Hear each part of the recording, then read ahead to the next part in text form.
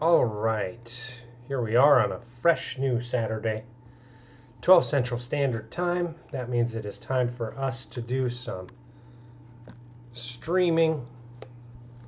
Got a couple of cameras to adjust here just because I have been a little busy with some other projects, so I've had to move around some stuff on the table.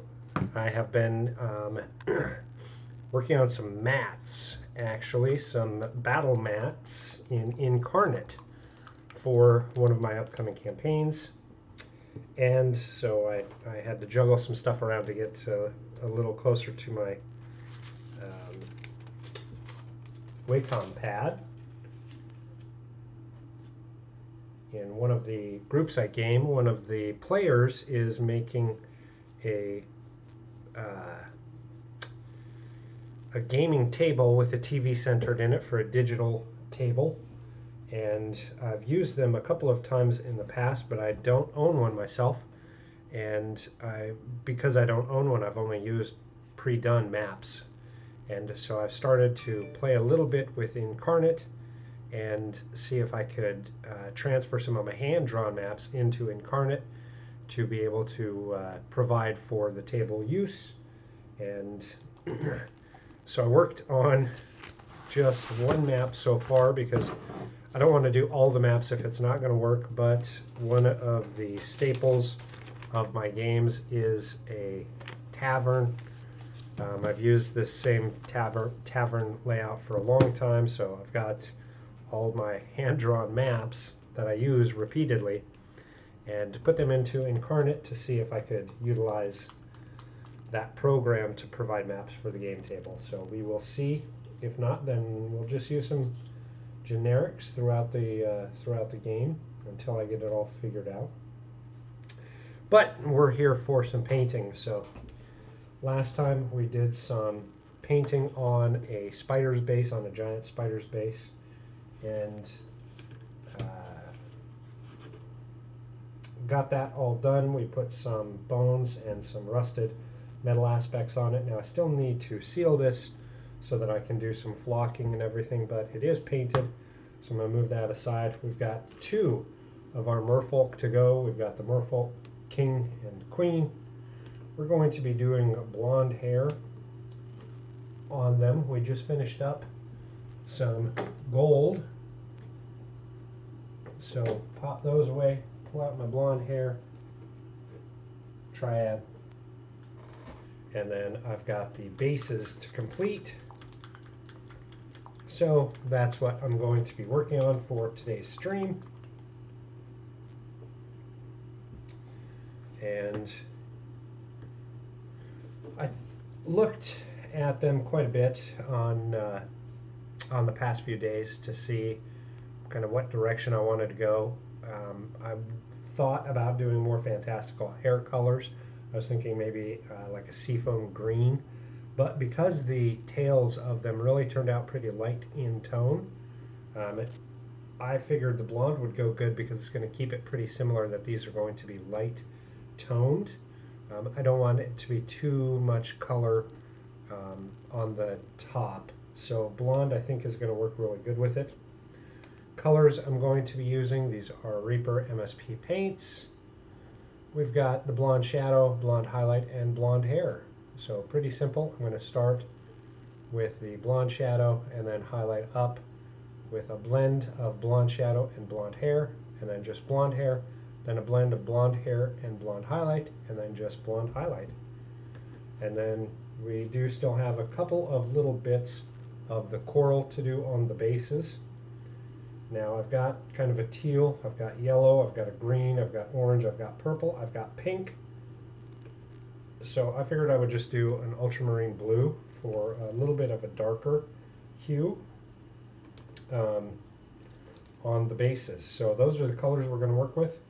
I actually start with the blue, just put a little bit on my wet palette. I'm going to use an older big brush. This is a size 2. I'm going to water this down. Pardon me, I'm going to do about 50-50 on the blue paint and water, just so it's a wash, and then I'm going to lay it on. Again, this is going to give it a thin layer of paint and just tonally change that Zenithal base coat that we had on there initially.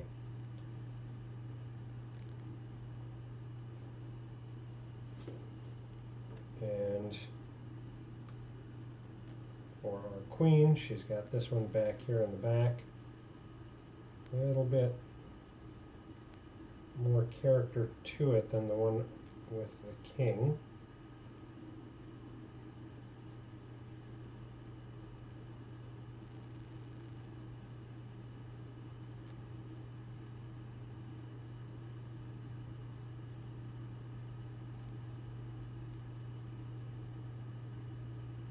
Put it on a little bit heavier on the top just because that pink kind of overpowered a little bit in that transition, as did that orange, so a little bit more on the base there. Rinse out the brush real good. And we'll give that a moment to dry. Now for that base, the spider is monstrous, absolutely monstrous. You can see compared to the other, this is a big, big, big mini. And so I may start a little bit on this as well while the others are kind of doing it. I gotta say, with this spider here, I struggled with this a lot just because I didn't know what exactly to do. I thought about doing a more exotic colored spider. It's got a lot of like scarring and scratches and a broken foreleg. Lots of little pokes and holes and all kinds of textured details to it. And so I thought if I do a super fantastic coloring, it's going to be harder to call out those aspects of it. So I thought, you know what, instead I'm going to keep it super simple and I'm going to make it look like a black widow. And so I'm going to use lots of red browns, black of course, and that way for the scarring I can use tans and pinks. Keep it still organic looking to some degree, but also keep it easier to manage those aspects of it. So that's my goal. For the underside, I'm going to keep it pretty simple. I am going to find my charred brown, which is a good deep brown. Now this one is not quite as red as, say, muddy brown, but it is a good transition into muddy brown. And then that is going to be the browns. And then with that, I'm just going to pair some Nightmare Black. No, not Nightmare Black. That's in the wrong spot. There we go. Pure black. So that's what we'll use for the majority of it. Pardon me. And this is just going to allow that blue to dry if I do a little bit of this. Again, not going to go crazy. I just want to try it and see how it looks. Pop this aside a little bit. And again, just using that size 2 brush, all I want to do is kind of get an idea for how this would lay in on the spider. I just want to look at some of the transitions and some of the tones. So I'm going to start with the underbelly, and this is just starting with that charred.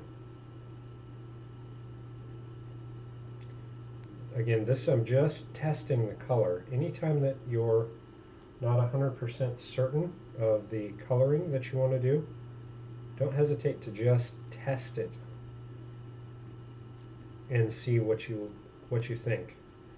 Because this spider sits pretty low on the base, as I put it on the table, the players are not going to see this aspect unless they pick it up and check it out, which I fully anticipate they will do. But while you're playing and moving this creature around, it's not going to be as apparent. So I can do lots of several layers on this underside, or even paint it and strip it and start it again with a black undercoat that I just airbrush on. or maybe even do a zenithal. But it's a lot less committed to its final paint job by doing it this way. So this will give me a space where I can play with colors and to check and see what I like and what I don't like. And then I'm going to pop down a little bit of the muddy brown to do a little bit of highlight. Again, once that dries, let's check the progress of our blue. That's drying pretty good. I've got good temperature here, and it's not super humid. Of course, it's pretty chilly outside, even for me, anyhow. Here in Texas, I think it's pretty chilly. But here in the room, I've got it right around 72. So it's a real nice temperature for paint drying and very low humidity. So it's drying pretty well. With that, I'm not worried about it running as I move the miniature around. So starting with our queen,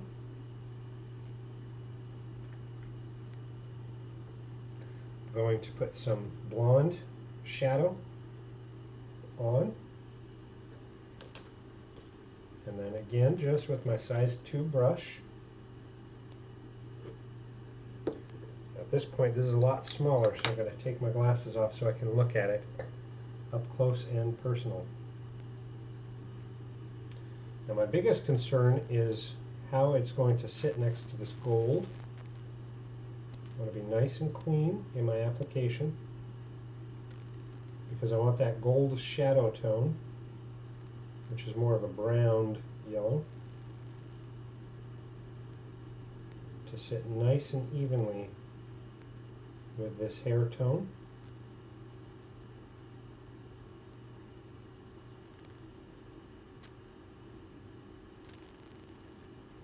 I'll probably have to get my size 0 in here in a moment to get a couple of these deeper recesses where my size 2 is just a little too broad to get into really well.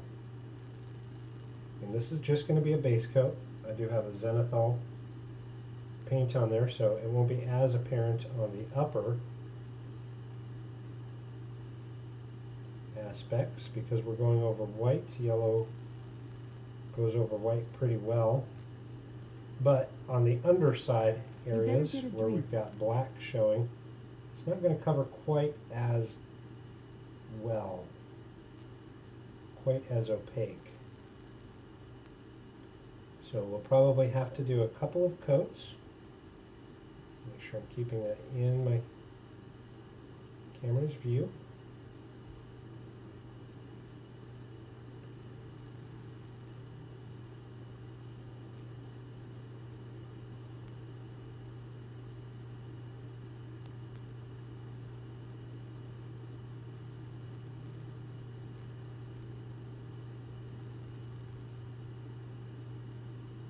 Just trying to be very careful along the body.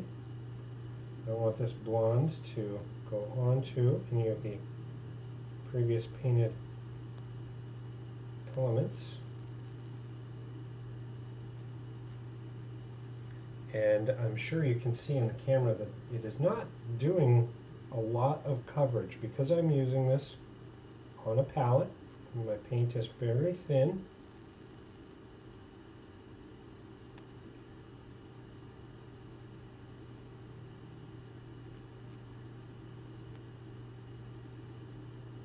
I do not have my AirPod in today, so I'm not going to be quite as distracted with music. Had a little bit of guilt because last time I was not doing a whole lot of talking as I was streaming because I was listening to music, but it was also because I didn't feel very good. So I'm feeling a lot better. Flu is all gone. Still a little bit of phlegmy, but not too bad.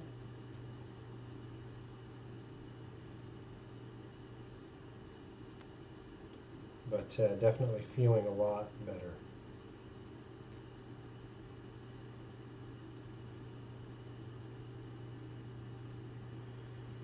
Boy, this queen has a head of hair, doesn't she?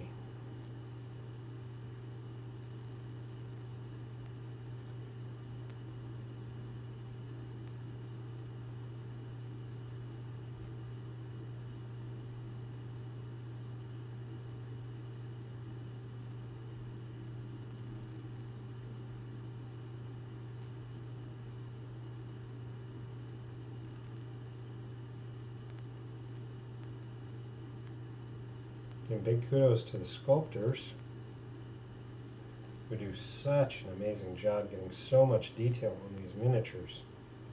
It definitely is kind of mind-boggling.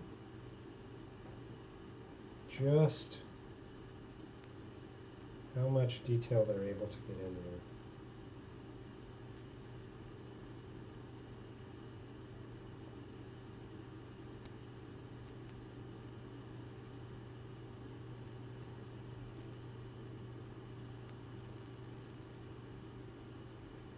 Just trying to really go nice and slow, take my time along those elements of the skin,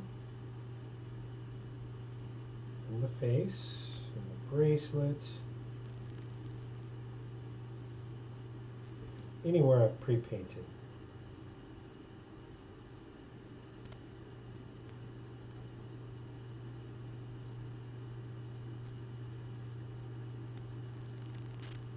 And of course, some of those thin areas, as I get excess paint, I'm just going over again as long as they're dry.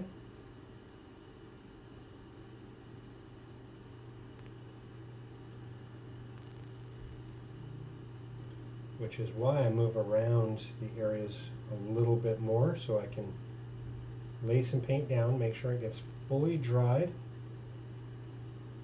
So otherwise the edges may not be fully dry and I could like peel them open and get gaps in the paint.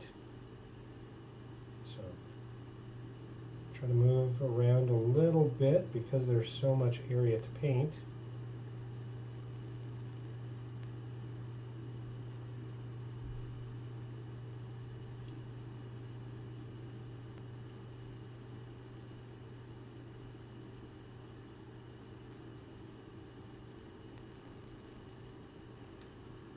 Try to get in here really well.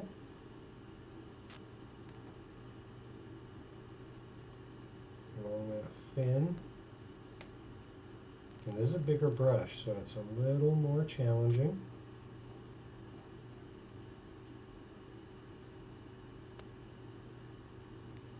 Pull up some of the excess and get it moved out.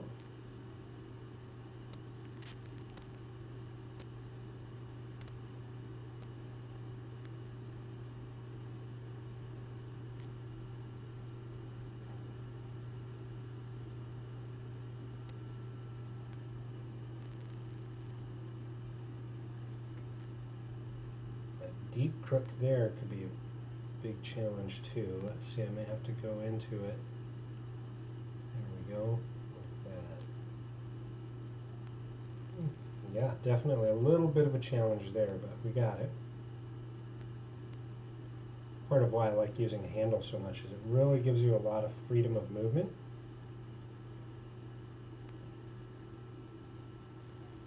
Good grip. You're able to really move that miniature around. If you don't use a handle, I do highly recommend it. And lots of different things you can do. I've done everything from, I had a Sculpey handle for a while. I just took a big 2-inch base and put just a big wad of Sculpey on it and drilled some holes in it, so that any miniature that I had that was pinned, I could pop into the pinholes that I had pre-drilled. Or you could use blue tack and put it right on top. I did that for a long time. Of course, I've used pill bottles from prescription medications. I've done corks from wine bottles. All different kinds of things. We've got one little blank set here.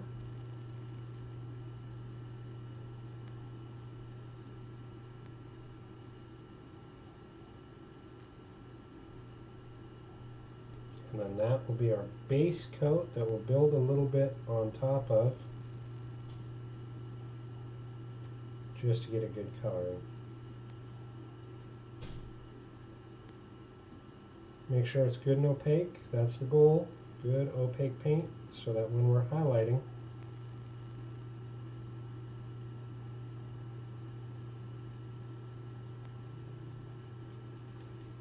we have got good, consistent, even tones. So get a smaller brush and get up here into these little nooks that the size 2 is just too big to do. Right along that crown. Oh, that one's pretty tough there.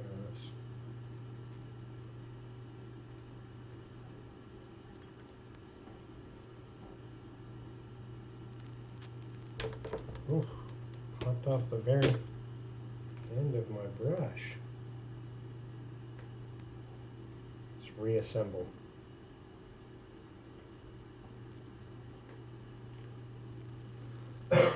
Pardon me. I'll have to re-glue that back on.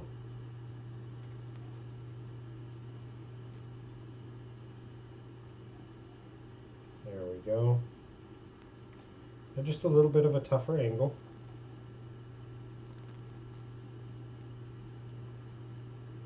All along that crown now, make sure I get that good opaque base tone in.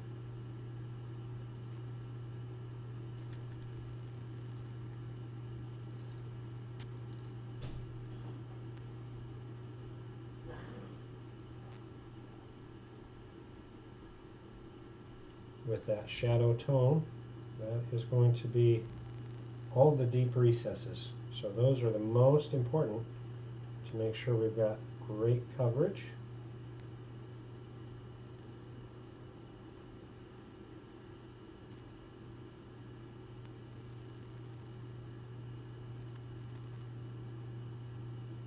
All of these recesses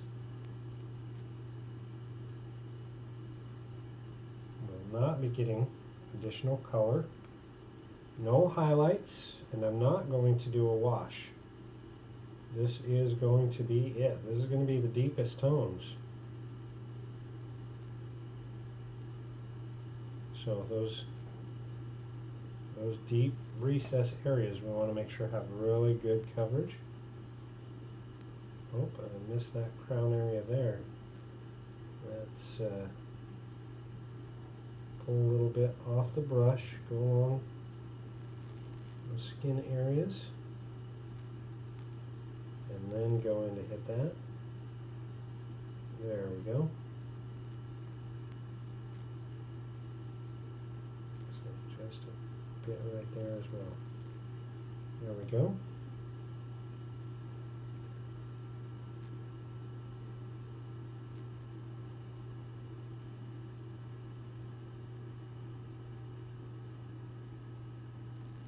As we highlight this up, as we get ready to highlight this up, knowing that you're going to have more colors on the upper areas, the areas where your highlights are going to be sitting. You don't want to ignore them. You don't want to let them not be as opaque. You still want that good opaque base, because your colors, as you build those highlights,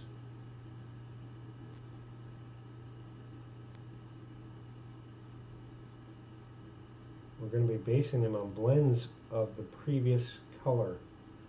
So still, you're wanting to make sure that you have a good, smooth, even, opaque base to build upon. So even the larger areas, you want to make sure that you're getting good coverage on.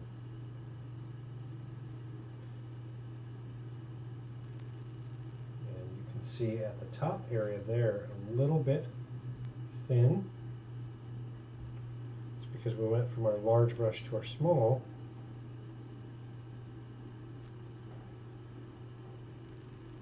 And we had more coverage with that large brush. There we go, good opaque. And I am back on the larger brush.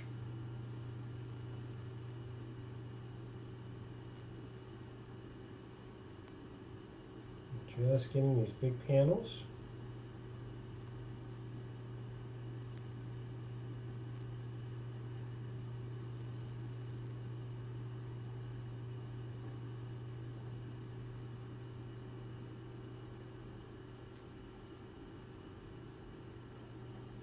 because this is drying out really nice, I'm able to do quite a bit. I can think of a couple of days in the summer when we're here in the studio painting, and humidity was so high that it took forever for some of these paints to dry. So having those multiple miniatures being painted at the same time, super important on days like that, just so you can keep the brushes moving.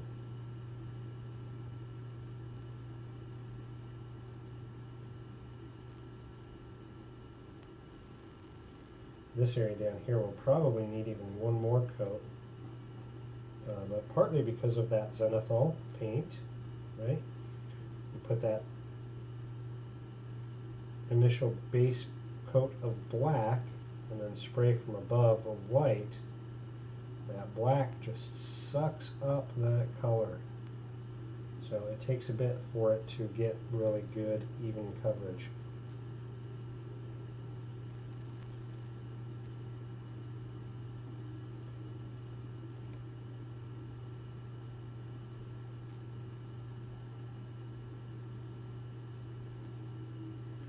If you're doing something like the slap chop method and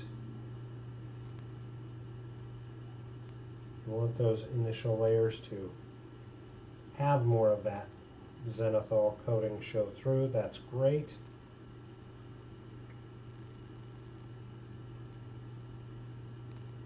It's just a little bit different technique, but still a valid way to do your painting.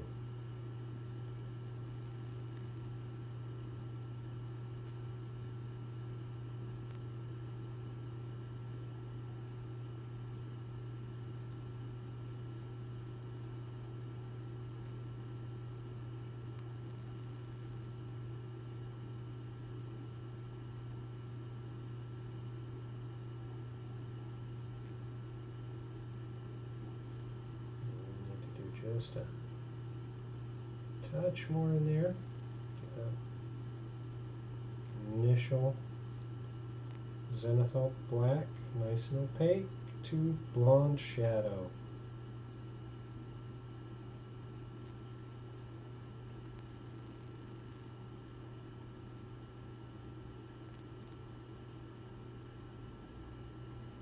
Alright, now while that is drying,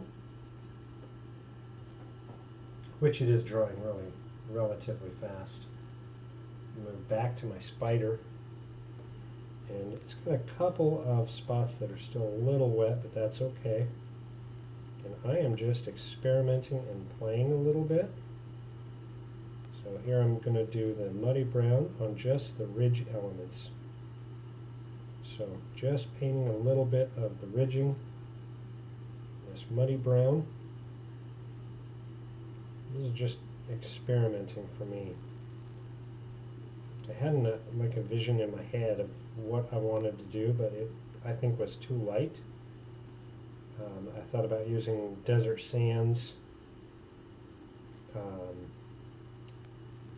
and khaki highlight and having it be more brown, but for a Black Widow, all of the images that I was pulling just way too light for their undersides. So I decided to try the muddy brown and charcoal brown. I think that's going to give me a really good tones once I do a black wash.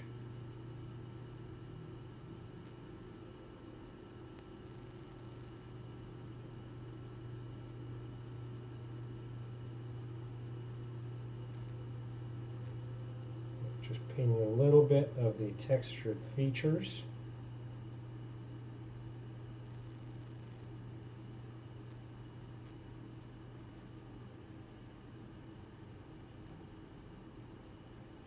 And for this experiment, I am really just wanting to play around with some tone. See if I can capture what I'm kind of envisioning.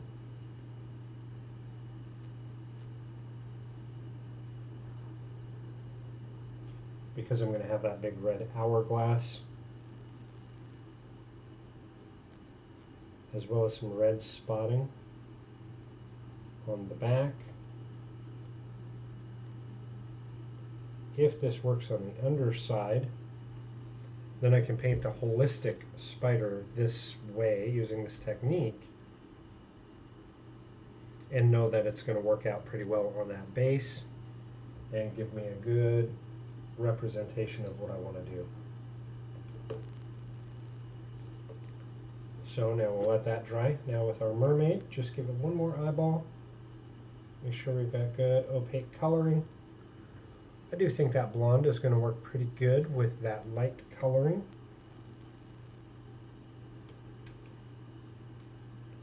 With that shadow, I'm going to take a little bit of it and just a touch of the brown I'm using on the spider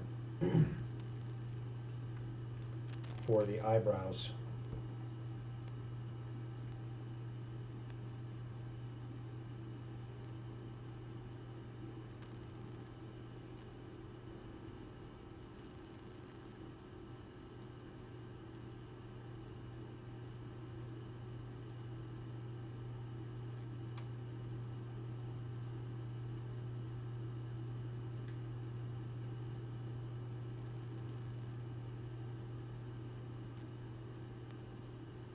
So the eyebrows just a hair darker than the hair itself.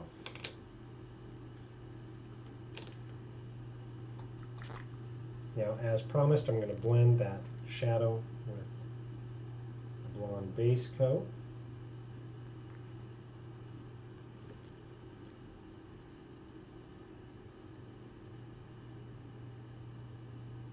That will be our first highlight color. And again, using my size 2, I want to think of this directionally. So it's not going to be super even. I'm not calling out every strand. I am doing strokes and I am bringing them under a little bit.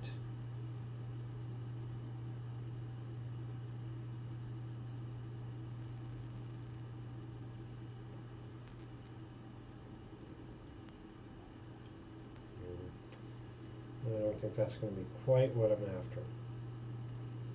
Looks like I will have to go to a smaller brush.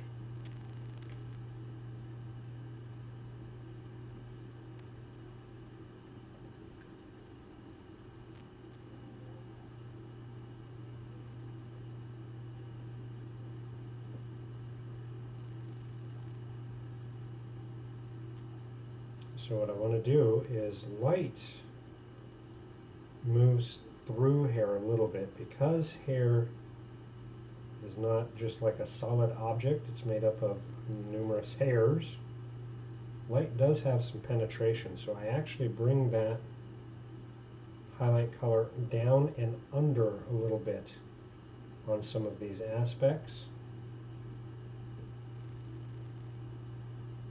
That gives us a little bit more realistic coloring when we're done.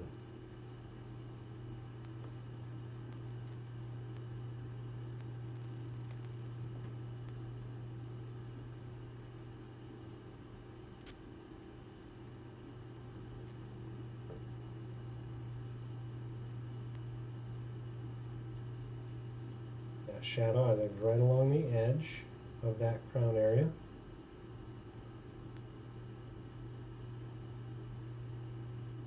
I do want to keep it in those recessed areas for the most part.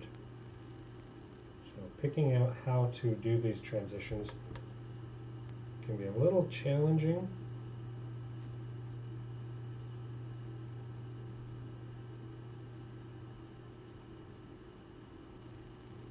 Just play with it a little bit and you get the hang of it. The more you do it, the more you kind of stop and play with it, look at it.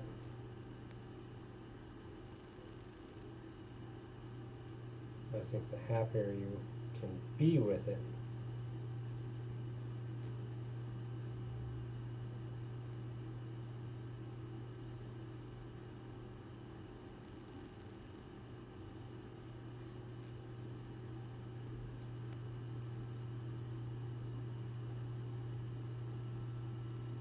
blonde hair is one of those good ones to work with because it's light enough. You can cover up if you don't like what you're seeing, pretty quick and easy. You can also tonally change it by doing washes such as browns. Do like a nut brown and make it more of an ashen blonde. Do a wash of like carrot top red. You can do a lot with blonde. Whenever I'm teaching classes on hair, I use the blonde triad.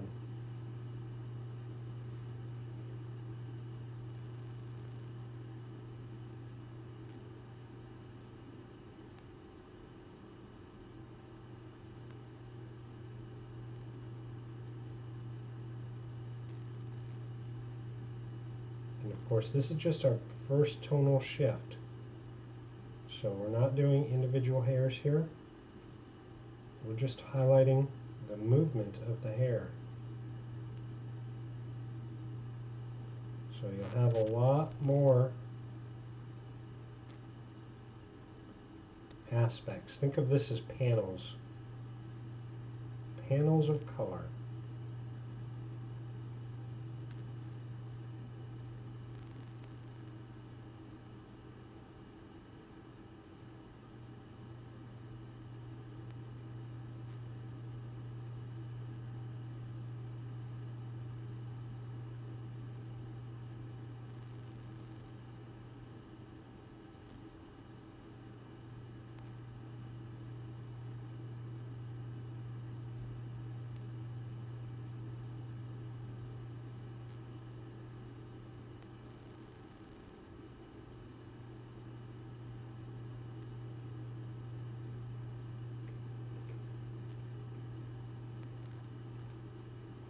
Just going to go ahead and finish out this whole side here.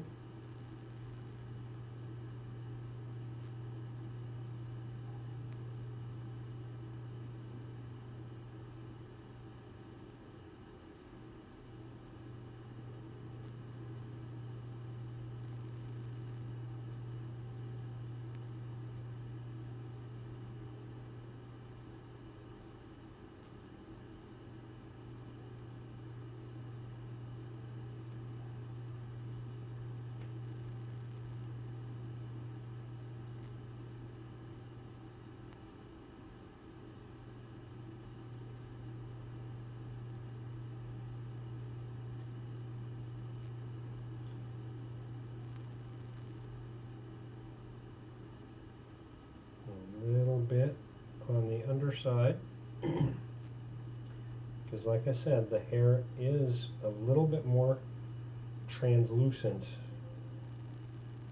So here I'm going to actually pick out more of the hairs themselves, the like sculpted aspects of the hair.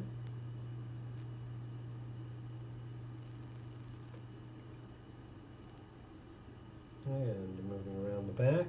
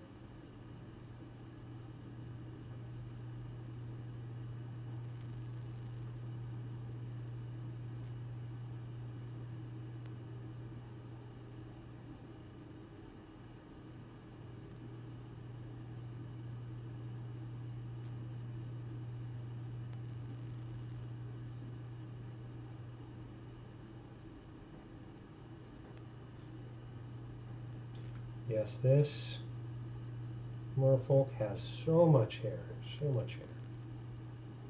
We'll do a little bit of paneling here just to show some sheen.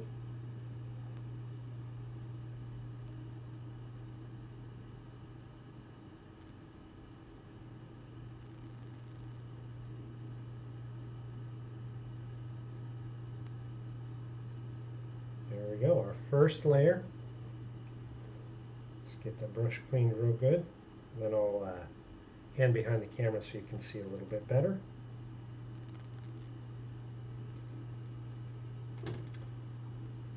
So we're starting to push that shadow color in, give some tone and body to the hair, just highlighting up the aspects that the sculptor sculpted in. Pardon me. Now,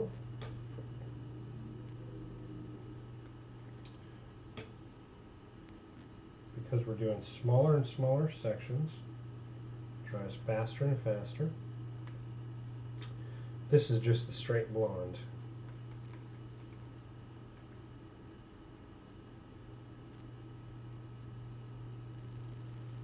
Here is where we will really start highlighting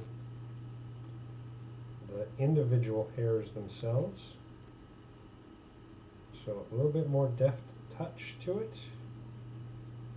Ridge lines especially, highest points.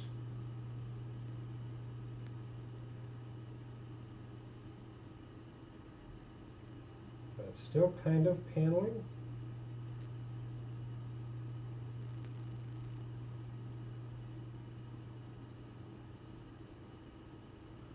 Still carrying over a little bit.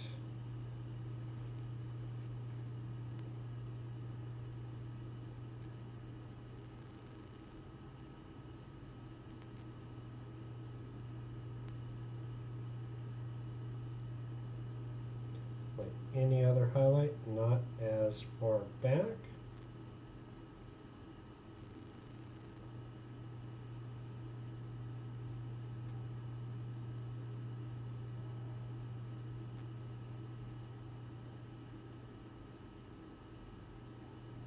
Do a couple of breaks so that previous tone shows through in some areas.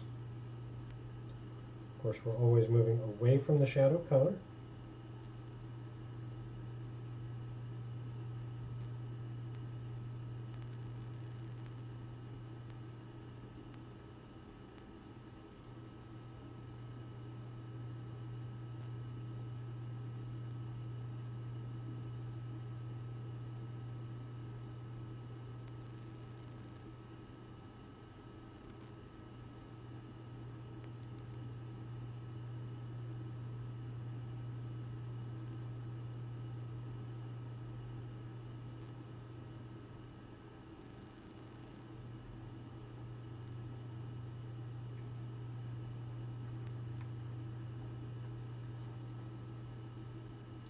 This side is interesting because it doesn't really stand out like beyond the layer of hair above it.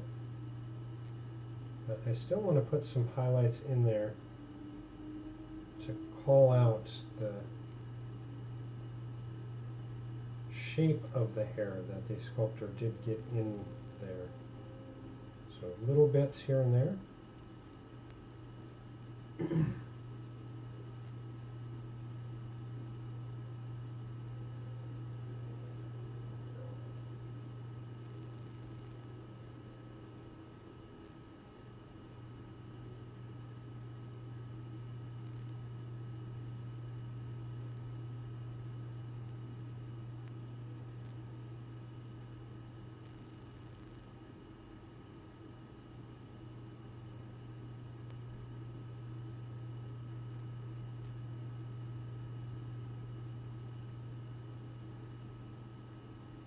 Maybe where that hair is,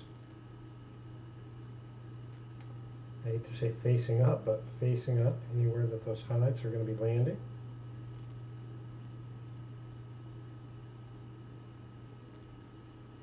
Now this part here is a pretty interesting one because you've got, it's almost flat. So for this aspect, I'm going to pull some lines, start putting a little bit of texture there.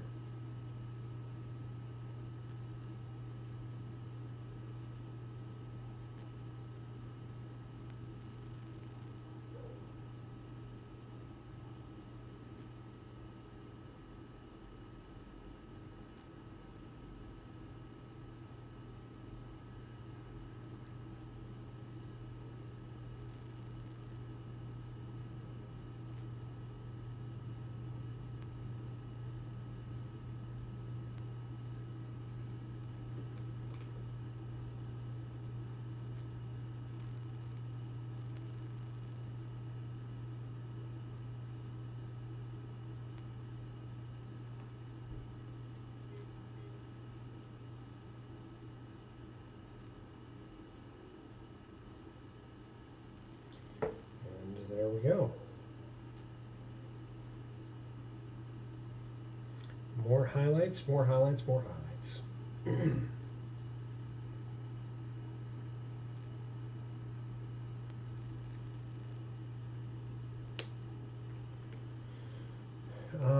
Let's see, well, that's given just a moment. Let's get our flat black. I want to try a wash real quick over that brown on the spider, just because, again, I'm experimenting, testing a theory. We use a very big brush for this. Water this down pretty hard. And I just want to apply just a fast, sloppy wash.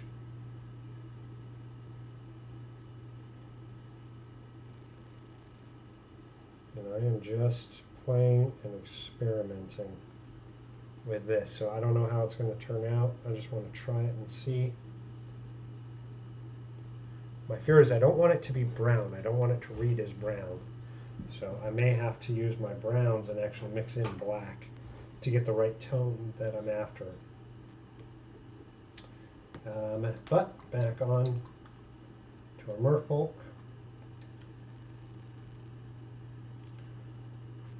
Adding some blonde into that blonde base.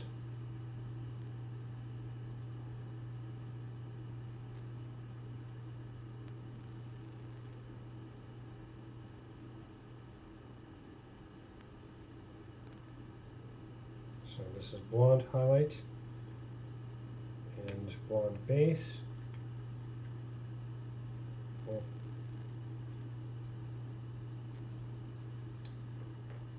I am unscrewing it from the base. So I'm going to work out my position. That should work pretty good. Alrighty, again, this is where you really want to, if you can, pick out any individual hairs.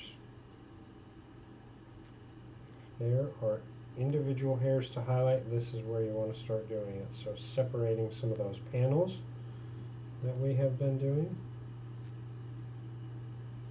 Super important here.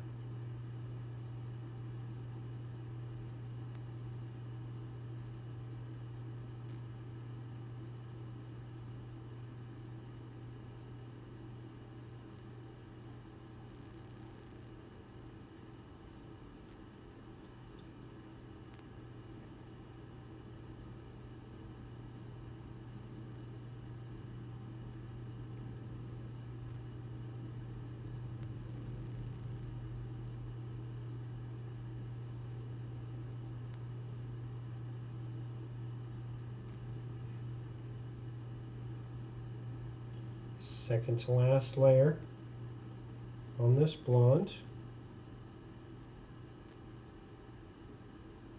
Here on this flat panel, I doubt this is coming across on the camera,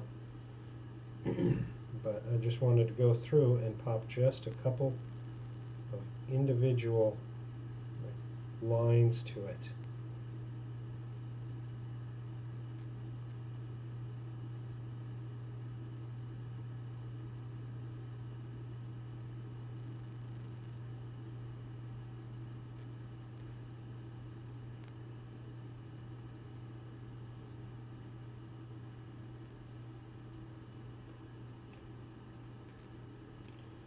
just thinking about where that highlight is going to hit the hair.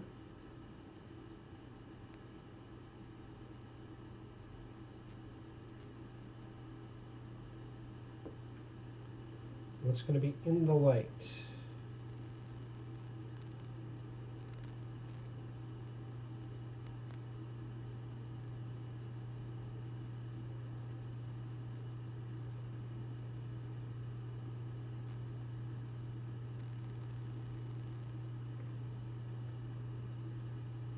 There we go.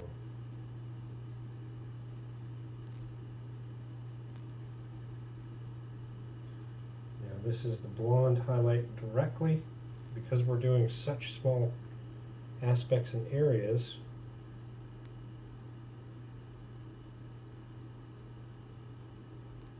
previous layers are drying really fast. That means we can move right along.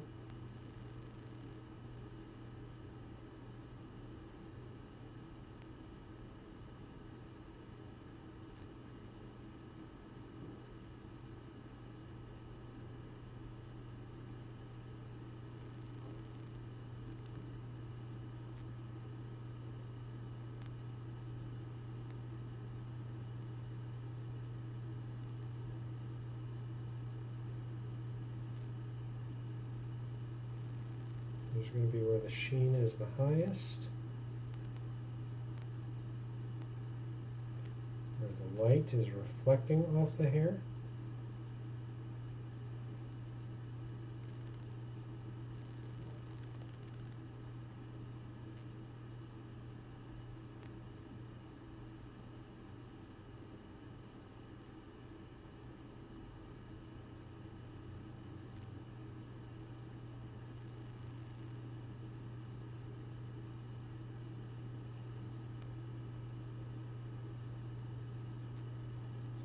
Individual aspects.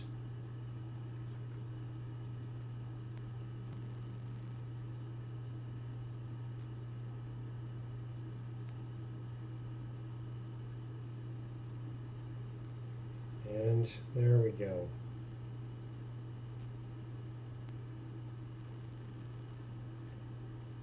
One queen with blonde hair. Oh, I saw a message there. Sorry, let's see. Oh, that big bug. That is a big bug. That is a big bug. So yeah, the blonde hair, again, especially for just testing, it's a great way to work on your shading and highlighting, playing with the hair. For the merfolk, I really did not anticipate doing any of them with like natural hair colors, I guess. But with the way that their tails came out, I think it works pretty good. It keeps it very light and consistent with the browns tied into the browns in the tail. So I think it works pretty good overall. Now for her, we've got the sand and then the black base to finish. We'll do that real quick and get her just complete. Let's see. No, this bug is not real. The spider is not real. That's a miniature. So that's its base. It sits on the base and waits for the miniatures to come through. So, nope, don't worry. It won't move. Not unless I manipulate it. So for this giant spider, what I'm attempting to do is I'm thinking about painting it like a black widow. But black is probably one of the harder colors to paint, so you always want to bring in other tones. So I'm testing different browns to see if I get one that reads black enough. So for this one here, it's all base coated in black. And then I used two different browns, charred brown and muddy brown, and then gave it a wash of black. I mean, you can see a little bit of sheen on it in a couple of aspects. No, you're good. You're good. So once it's all dry, I may give it one more wash of black. I think it calls out the details on it really well. I think it highlights it pretty decent. So I'm not too I'm not hating it too much. My concern is, does it read enough as black to be Black Widow? I am very good, thank you. How are you doing? Hopefully better now that you know it's not a real bug. All right, let's get our, so for the sand, I have a pretty good mix that I have been using. I think it's worked pretty well so far. This is the tones that I use. So it is desert stone, desert sand, and then linen white. So I'll use those to do the sand, and then we'll rim it with black. Then we'll have one more merfolk done. Then we'll finish out the hair on the king using the same exact blonde. We'll probably go ahead and do the base of the king as well, because it's easy to manipulate and nothing too crazy. So these ones I use direct. I don't blend them at all. I just paint them on. I do need my bigger brush though. Let's get my size 2 brush. Hello, ticking boy. No way, that spider is always going to be, well, until he's painted anyhow. I got to keep him close to me because I need to get him done. I need to get that spider done. So for when I first started these merfolk, I wasn't exactly sure what to do with the bases. So I had to do a lot of playing around with them. But this has worked out pretty decent, I think. I've been really happy with the results. When I go to pop them on the table, I think they'll read really well that it's underwater. I thought about doing it more like teal sand, so it looked more aquatic. There's a game that I love to play. It's called Champions of Norath. I don't know if you've heard of it or not, but I love to play that game, and a couple of the levels are like underwater, and all of the environments are this teal blue kind of color, of course because it is underwater, and it really looks cool. The graphic on it, it really reads as underwater. So at first I thought about emulating that, but the first time I tried it, it just completely washed out the coral. So I thought, well, I'll do everything else but leave the coral vibrant, and it just did not, it looked hideous. I was not happy with it at all. So I thought, nope, we'll start over and do actual sand colors. Keep the coral real vibrant, and it really turned out good. Really, really turned out good.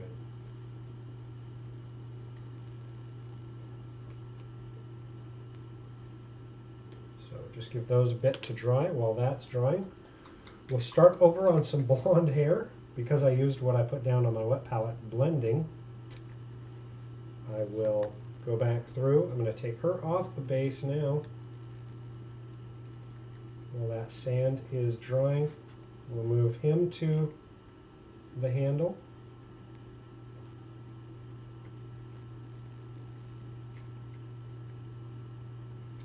And kind of the same way, with his body being the same tones and colors as the queen. Aside from the blues on the fins, I think the blonde is going to work out really well. So start out with just a thin coat. I'm going to get the glasses off so I can see up close here. Just try to go through and do a good base coat.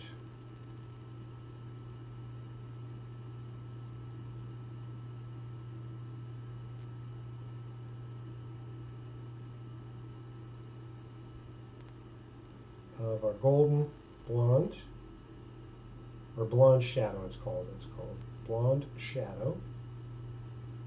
There used to be a golden blonde, I believe Reaper still sells it, but it is not part of the Blonde Triad.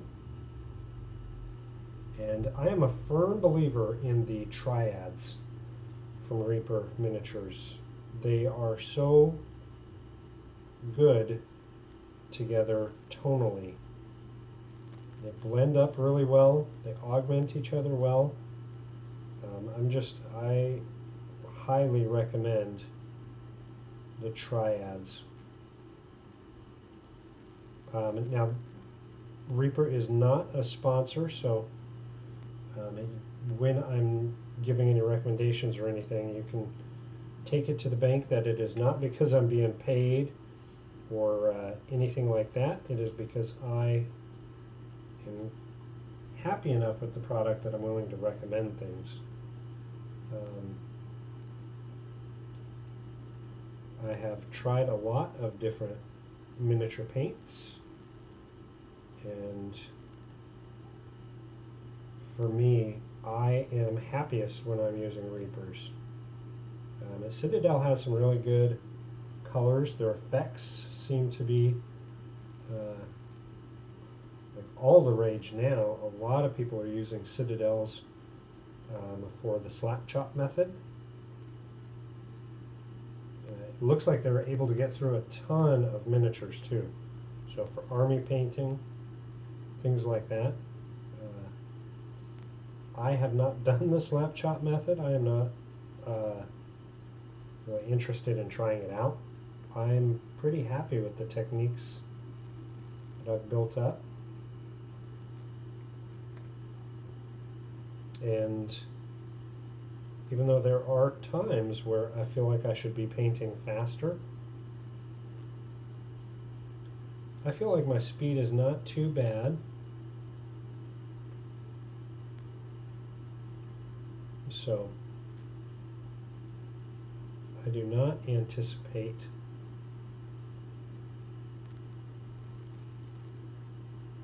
utilizing the contrast Citadel washes. And just because it's not really my style, I'm not like really interested in trying it out.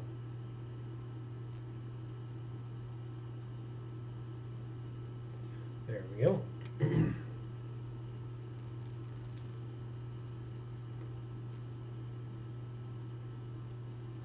I just want to look for anywhere I may have missed. These sculpts do have a lot of detail sculpted in them.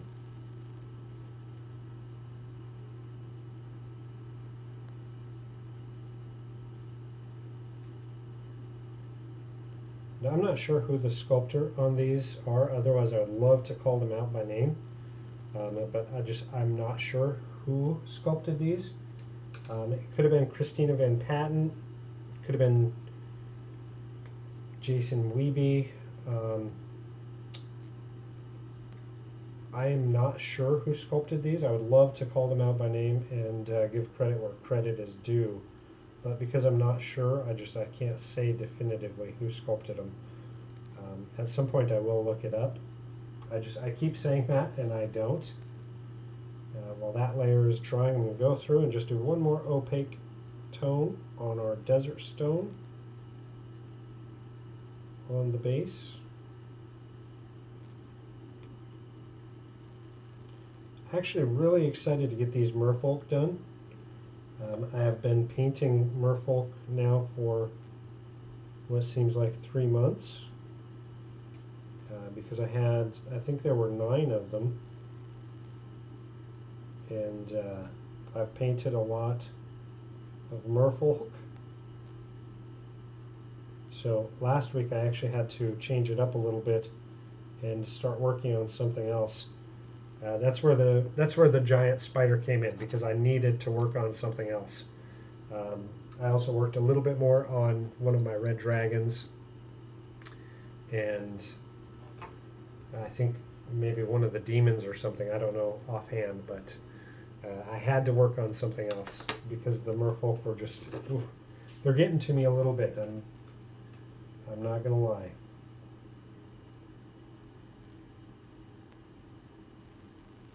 and get our Merqueen a bit more on her base.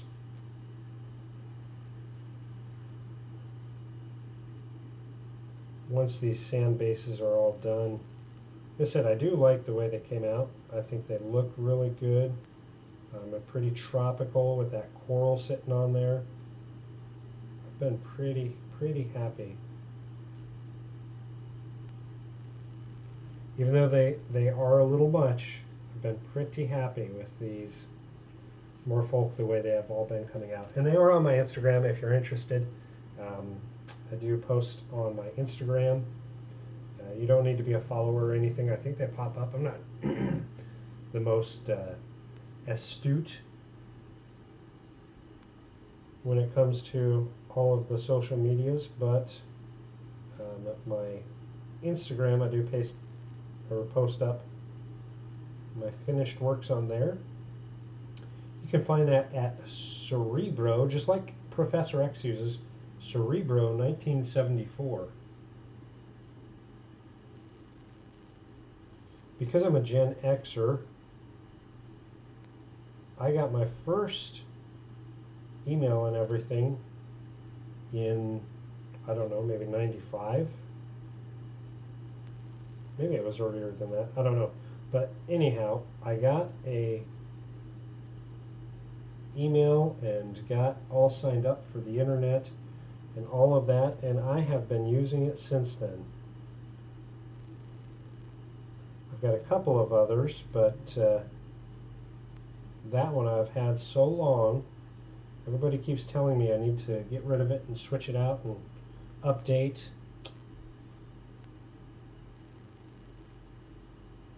I am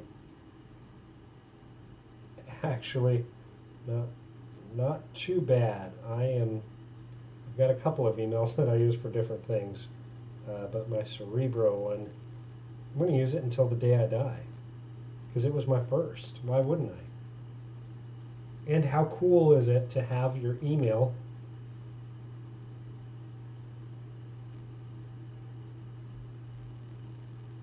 be reminiscent of the fantastic Cerebro that Professor X uses. So some things like that are never going to change. I'm going to use it till I can't.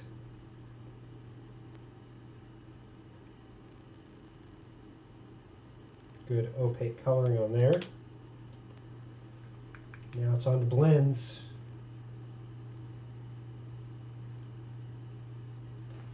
That looks like a little overzealous. Must have an air bubble. Yep, there's the air bubble. Sometimes it'll gush over a little bit, and it's because an air bubble is trapped behind some paint, so you gotta break it loose. And those bases are now set and dried, so I'm going to get a little bit of the sand. This is desert sand, and I'm trying to look and see. This one doesn't have a whole lot of, so some of them have a little bit more like movement to them, a little more details like scrubbed in. Some of them don't, so it just kind of varies. So I'm just going to paint a little bit of texture on here.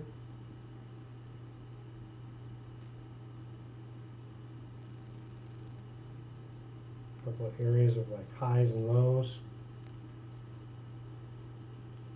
I'll make it wavy almost.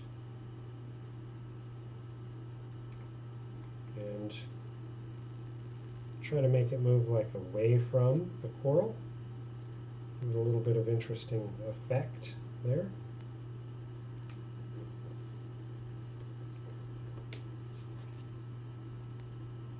And then we'll do the same for the queen. Oh, she's got a lot more like details sculpted into hers.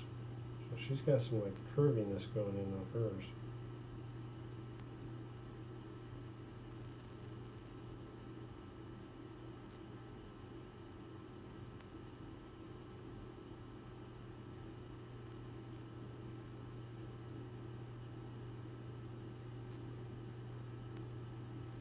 hers is a little bit more detailed.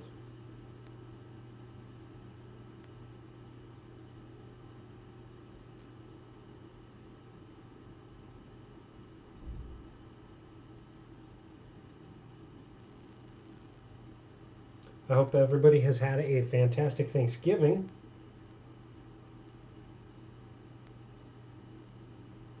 It wasn't too bad. I got to spend some time talking with my grandson. That was very exciting. Got some good turkey. I deep fry my turkeys. I am a big fan of deep fried turkeys. If you haven't tried it, I do highly recommend it. It's really, really good. The best part about deep frying turkeys is just the time. So we had the tag on our bird was like almost 22 pounds. So a big turkey, a big turkey. I'm going to do a quick wash here.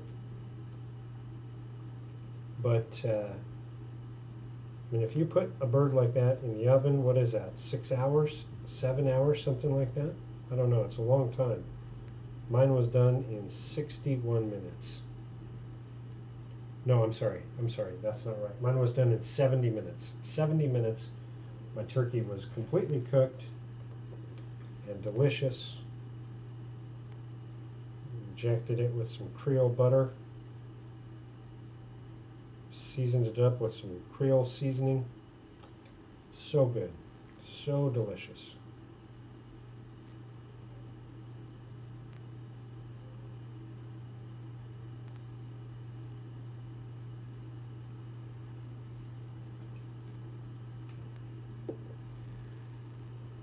Alright, I'm going to take a peek here while that's drying at this spider. And that doesn't look too bad. It definitely is more brown than black. I'm going to try doing another coat of my black wash on it. And it definitely picks up the details really, really well.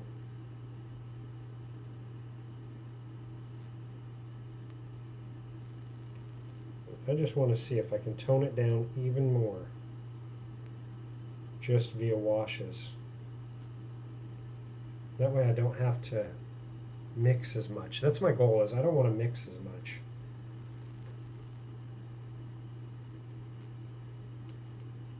If I can avoid it, I'd rather not mix. So I don't mind doing washes, I don't mind doing dry brushing and everything, but mixing for me is more challenging, especially when you're working on larger miniatures like this, because figuring out the right amount can be challenging. You don't want too much and you don't want too little. If you have too little, you have to remix, and getting the exact formula, you got to keep track of it. It's a lot of work. It's a lot more work than I want to do for miniature painting. So I'm pretty lazy in that regard. All right, let's go back to our basing here. And because we did that little bit of wash, we've got that tonally altered for that desert sand. I'm just going to go through and put a little more desert sand in there, break it up again, try to give it some little bit of feature.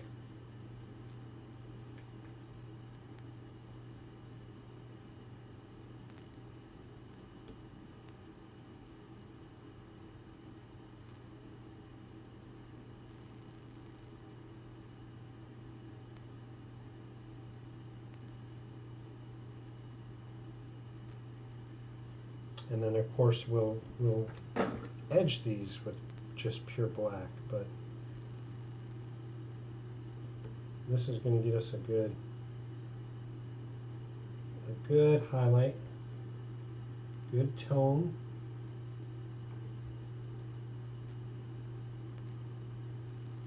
And make it feel almost like we've got little bits of sandy ridges coming out from the coral.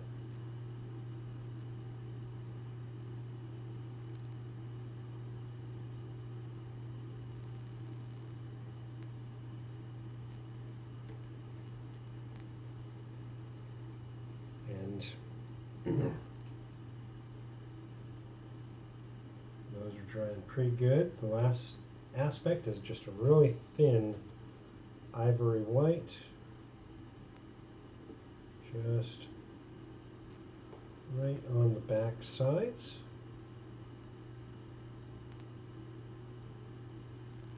Just real sparingly. Not much of this is needed. This is just our highlight.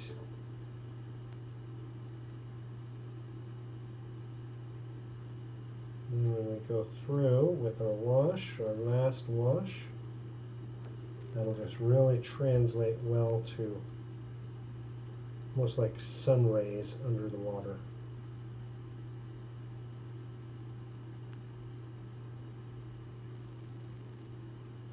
Shining off of nice clear sand.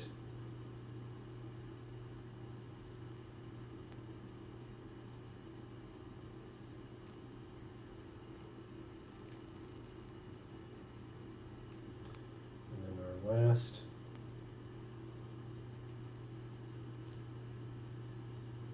wash right on top. This is the desert stone again.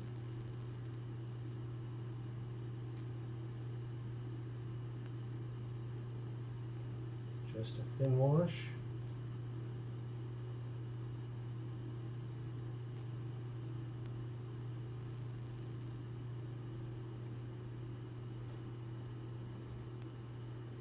And we're just going to finish out that king's hair.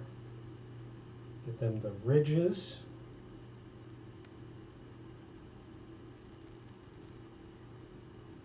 Or rims, the base elements.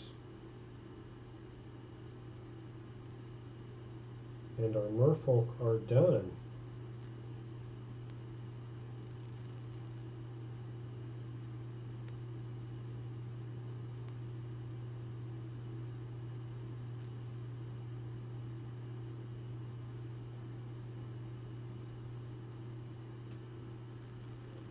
Touch of our linen white.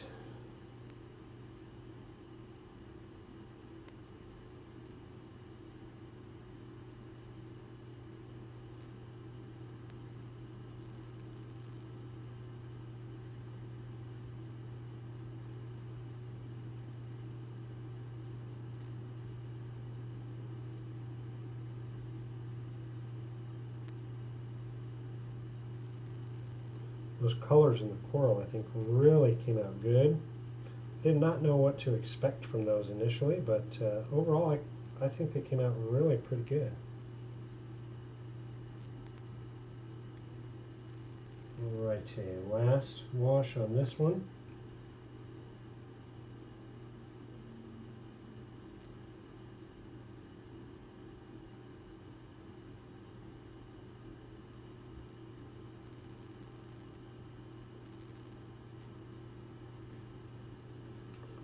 And while that's drying, let's move on to our King's Blonde hair.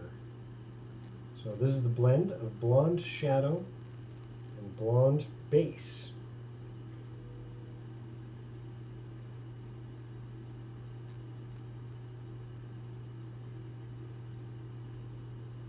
And this guy does not have as much hair as our queen, which in some ways is good.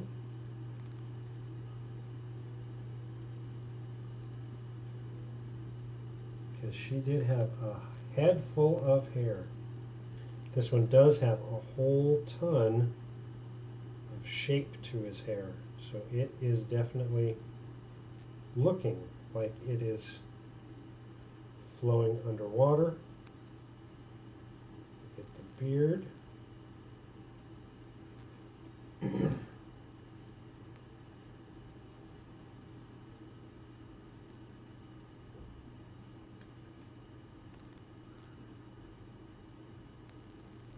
Again, this, I want it to look more patchy than anything else. Don't want to call out individual hairs. This is to just lay down the areas where we'll identify highlights being. So we use it to push the shadows in nice and deep.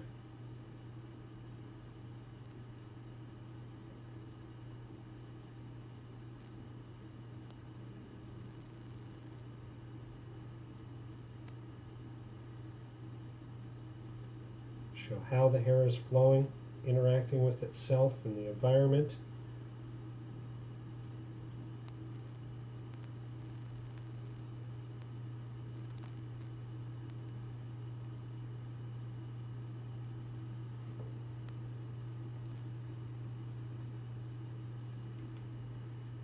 The next tone is just straight blonde hair.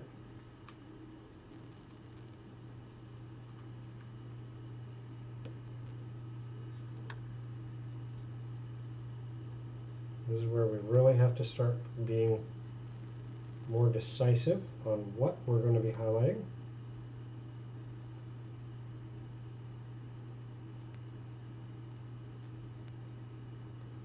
So not as much on that beard. I'm not doing hardly any on those sideburns.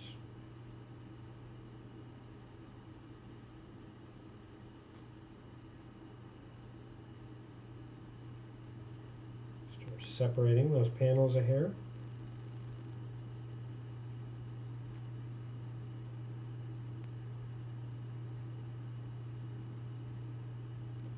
Now, some of the figures that we do, the hair, you want to highlight like crown and tips. That's the easiest way to think of it. Your crown on your head and the tips of your hair are what you want to highlight. Because this hair is kind of flowing funky, it's going to be a little bit different. You still have to think about those tips being highlighted. The tips are near the top, so that's kind of taking place of the crown. So instead, are there areas along the head that we can highlight to separate? So we'll go down a little bit in here as well as into the tips that are all flowing up.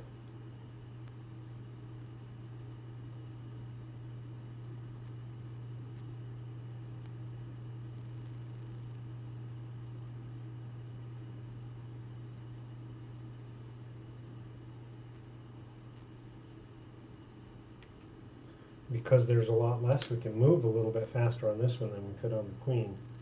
So now we are adding our blonde highlight, blending those two. Get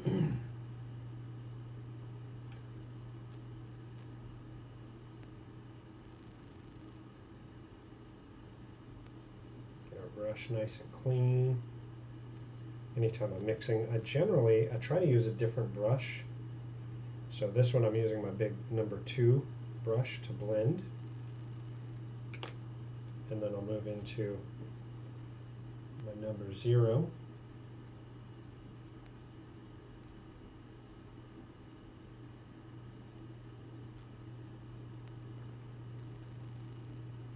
And I'm just going to work backwards from where I was at. So I'm considering this the crown, even though it isn't. This is the crown aspect. And then tips, finer and finer.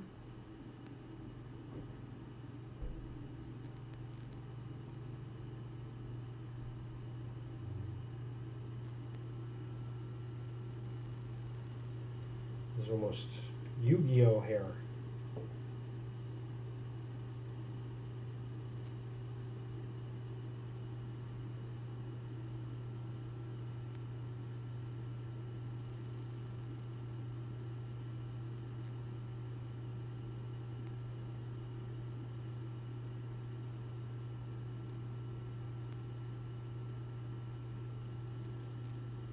Beard, I'm just doing more tips.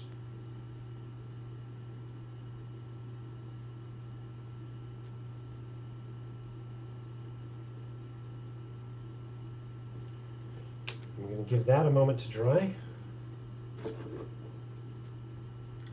And going into pure black. So I just want to edge out. Start with our Queen.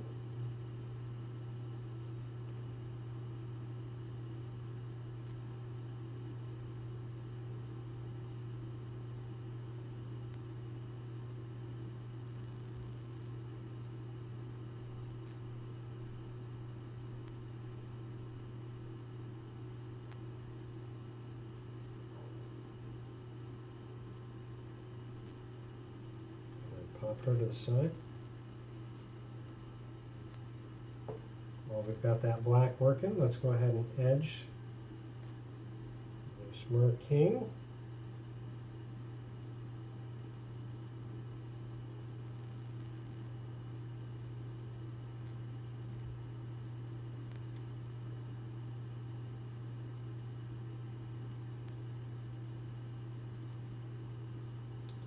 Notice hers has a lot more like swell to the base than his does. So his is a little bit more challenging, but that's all right. This gives us a beautiful finished base. We can add any flocking too if we want. I've got a little bit of moss that I thought about gluing a couple of strands on.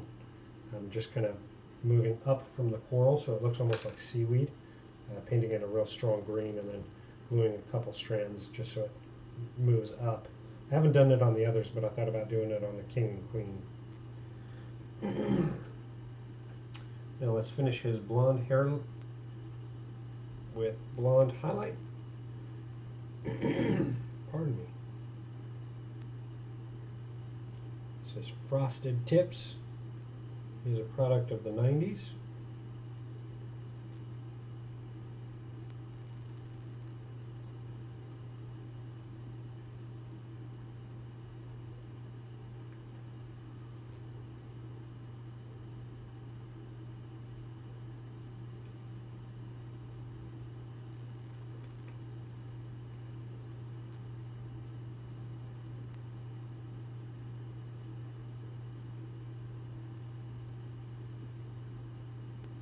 Very small, soft aspects.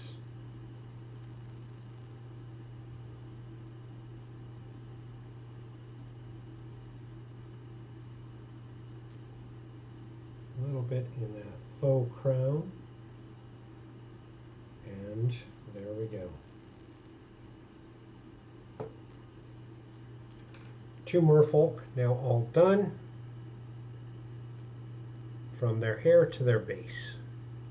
So we've got our Mer King, our Mer Queen. Now we can go and seal these up, add a little bit of flocking to their base, and they will be ready for the table, the Mer King and Queen. And they can also go through and get photoed and added to our Instagram along with the other merfolk. But yeah, there we go. That's real quick before I end. Ooh. Yeah, I'm sure don't want to tip them over too much. Go over the spider a little bit. This is probably what we'll be working on next week. I don't know for sure. We'll see. I've got so many miniatures I haven't decided yet, but I'm really liking this. I think that's good and dark. It reads pretty black to me. Even though it's brown, tone-wise, that is good. So that is 2 washes of black over the browns that I selected. I think it works really, really good. It's got lots of good detail to it. Just in the coloration, you can see the highlight areas really well. That isn't just the lights. I mean, the lights definitely help. But even off camera, where I've got a darker room, I can still see the shape because of the tonal paint color. So I think that's what we're going to go with. I think it works really, really well. And then we'll be able to use tans and everything for highlighting out the areas where there are scars and damage. On some of them, if they're like really big or really deep, we can add just a touch of pink to that, a thin pink after we do the tan highlights to make it be a little more organic. And then we can paint this up to look like a big black widow. We'll go ahead and mark right on here right now. We're going to determine it right now on screen. It's hourglass where we're going to put it. I'll mark that up so that I can paint it on.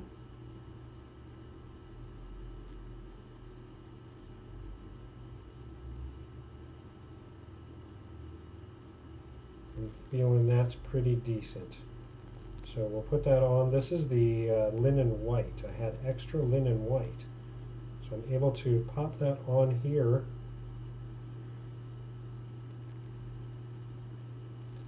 and utilize up some of the excess paint so it doesn't go to waste.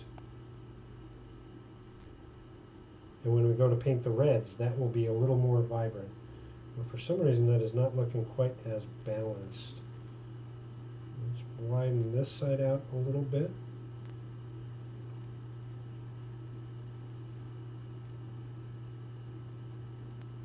And this side out a little bit.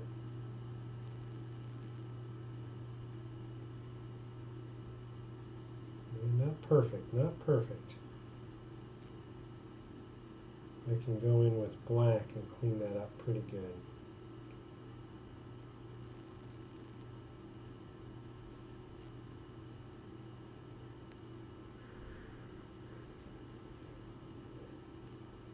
Yeah, not quite balanced, not quite balanced. I may have to take a little bit off this aspect here, and I can do that just by painting it black. Now it's a little more balanced. This side is a little bit longer than this side, and it's making it a little lopsided. But that's okay. That is okay. We can clean that up. All right. Well, that is the stream for today. How did we do on time? Not too bad. Not too bad. An hour and a half. We got 2 miniatures now all done. We've got a giant spider all started. Sorry if that sent the heebie-jeebies to people beforehand. I will have to make sure to put a disclaimer. So next time we'll be working on the spider or maybe the dragon. Maybe we'll finish out this zombie. He's been kind of delaying and not getting very far. Maybe we'll work on bases. I don't know. But regardless, next Saturday, same time, we'll be back in the studio doing more. Thank you if you watched us live. If you are watching this on VOD, feel free to stop by Saturdays at 4 o'clock Central Standard Time live in the studio. Thank you and have a fantastic weekend. We'll see you next week.